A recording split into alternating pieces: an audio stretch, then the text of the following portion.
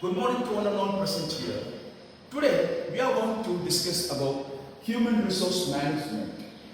Let's see what is the definition of human resource management. Human resource management is defined in 1997 by Armstrong. It states that it is a strategic approach which needs for the organization to motivate, to gain and to achieve the common goal for the organization. In simple sentence, we can say that the people want to work in and for it. So that is the definition of human resource management. When you take the human resource management, it has various functions. The functions are classified into three types. One is called managerial function, operation function, and advisory functions. Let's see all these three into one by one. In this human resource management, first we see what is managerial functions of human resource management. In that, first one is called planning, organizing, directing, and controlling. When we think about planning, it is very important that any organization who deals for an objective or setting of the objective, before that they need to plan. So planning is an important criteria where the current and future goals of a human resource should be valued for the correct goal or for the correct objectives, whether it should not change the behavior or value or any attitude towards the employee. So planning is very important criteria for any organization which is very constant, that should not be changed. Second one is called organizing. Organizing is nothing but how the employees are organized in a way where they are allocated and also where establish the common goal for the organization to achieve it. See, properly the way of organizing is important to achieve a common goal. For that they have to know the allocated works, what is achieved, what is going to be achieved, what are the ways that they need to achieve. All this is segmented and that has to be implemented for the next level. Next one comes under directing. See, after planning and organizing, your team members or the head of the department or the top level management will direct you to the subordinates for allocated the works, how they have been assumed for the works, how they have been working towards the working culture. In that, you need to know how they activate the employees' performance, how they are going to perform in the working culture or the daily work thing. So that is very important about the directing. Next one is called controlling. Controlling means after the criteria of planning, organizing and directing, finally comes under controlling. See, if a person, an employee when working in an organization, he or she must know that whether he is achieving its correct goal of the organization, whether it matches the goal or it's not in the correct path. So he should know that what is the actual plan that is given to them, and if they are not in the correct plan, then they have to deactivate themselves and to come to the further plan. So they have to make a checklist that whether they have been verified or validated or what are the errors that have been done in this. So somebody has to know the entire controlling process of an organization. Only then you can achieve its goal. Second one, when we talk about the operative functions of human resource management are as follows. First one is recruitment and selection.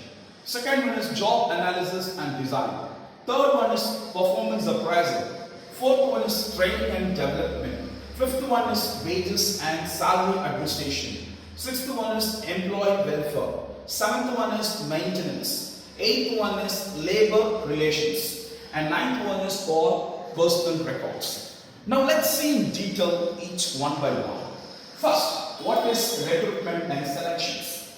Recruitment selection is the important process of any organization so that they should not make any error in this. Recruitment means recruiting for the correct position, what the company exactly need of it, about the skill set, about the job description, about the goal of the company, what they exactly want about a human resource. Then what is selection? Selecting is the process which includes the right candidate for the rightmost job for the right position. So if the skill set is varies, it is not a correct selection. So the candidate has to have the right skill set where matching criteria towards the recruitment given by the company. So that is called recruitment and selection. Second one is called job analysis and description. Job analysis is a process where analyzing each and everyone's jobs, about the skills, about the roles, about the talents, and how they perform in the working culture. Whereas designing the attaining of the duties and responsibilities in a working culture to activate themselves in a work environment to achieve the common goal of the organization. Next one comes under training and development. Training and development. What is the meaning of training? One should train such a way that he should achieve his task. So developing his skills. So training and development means it is both for any new employee or the existing employee to achieve the common goal for higher level performance. That an employee should not be silent, not upgrading the skills. For that, the company itself will give the training or coach the employee in such a way that they can easily achieve the high productivity level in the organization. Next one is wages and salary administration. Yes, salary is one of the important criteria for an employee. That is for the well-being of the employee about what has to be paid for an employee. Whether he is being given any incentives, bonus, or any other benefits, compensations, what are the things? It all comes under the salary administration. Next one is called employee welfare. All the good things which the company declares about the profits or anything which relates to the employee workforce spend for the well-being of an employee, this welfare is taking place. Next one, maintenance. One of the important planning or important thing in the human resources maintenance. Maintenance one's employee's performance of how far he is goodwill to the company about his performance.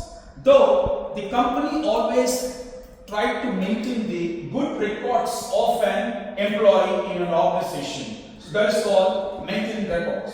Next one is labor relations. Labor relations deals with how an employee's grievances has been made decisions where they can make an invoice stating about the grievances, about the petitions, about all the salaries or incentives, what has to be corrected or what has to be needed for that desire and wants. Everything will be disclosed or discussed in this labor relations according to the union. So they have a union where they can come together, make decisions about to their own grievances about each and the employees. Decisions will be made by the leader and it will be considered to the organization where they will find the solution for the employee.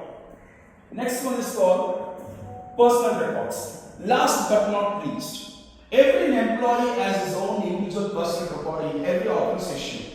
This is one of the important record maintained by the administration department where he or she or any employee, whether they're coming on time for maintaining their information system like present, absent, about their bonus, about the promotions, whether it is delayed or not in time, all these activities that have been taking place in this personal record. The same way if you take in government, it is named as service record, where it is called SR. This SR will consider from the date of joining of an employee in an organization or in the government, when he leaves or when he retires, till that what does he has been achieved, what are the positions that has been given to him, how he promoted, how far his salary has been given, what are the incentives have been given, what are the benefits that he acquired from the company or the government. All this things stays and maintained in this personal record. Third one, as we see that what is advisory functions of human resource management. It has two functions. One is called advice to the top management. Second one is advice to the department heads. Here, first one is top management. See, human resource management is managing all the human resources. Where it matters, it needs that the advice to the top level management about the managing or accomplishing the task, evaluating it for the matters where it is concerned for all the top level peoples. Second one is called advice to the department heads. It's the department where the programs or the goals has been accomplished by an employee, where in certain criteria like job analysis, where it's performance, planning, placement, recruitment selections, all these comes under this department heads. These are the two departments which is very important for the advisory, where this top level management has policies, procedures that has to be followed, and even planning goals to be followed in this top level management. But here it is only that the employee performance where the department heads being advised for the entire the functions of the human resource management.